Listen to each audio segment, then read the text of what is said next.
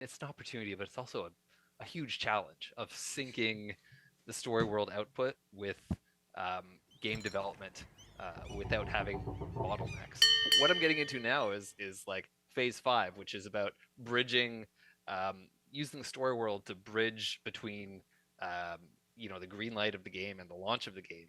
And with Unknown Nine, that was pretty much our whole phase, right? Like we Mm, always knew there was going to be a game. We're always bridging to that. It's a very yeah. important phase, right? It's about helping the story world stay alive and evolve and support the trajectory by crafting, a responsive transmedia strategy that's grounded in the current audience, um, narrative, and the development context, right? So Yeah. you want to make sure that the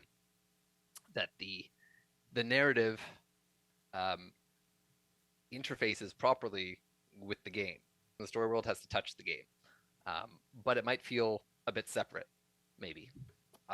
And there's this great opportunity to like, I mean, it's an opportunity, but it's also a huge challenge of syncing the story world output with game development without having bottlenecks.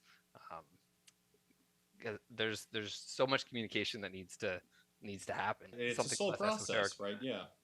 Right. You gotta always be in communication. Yeah.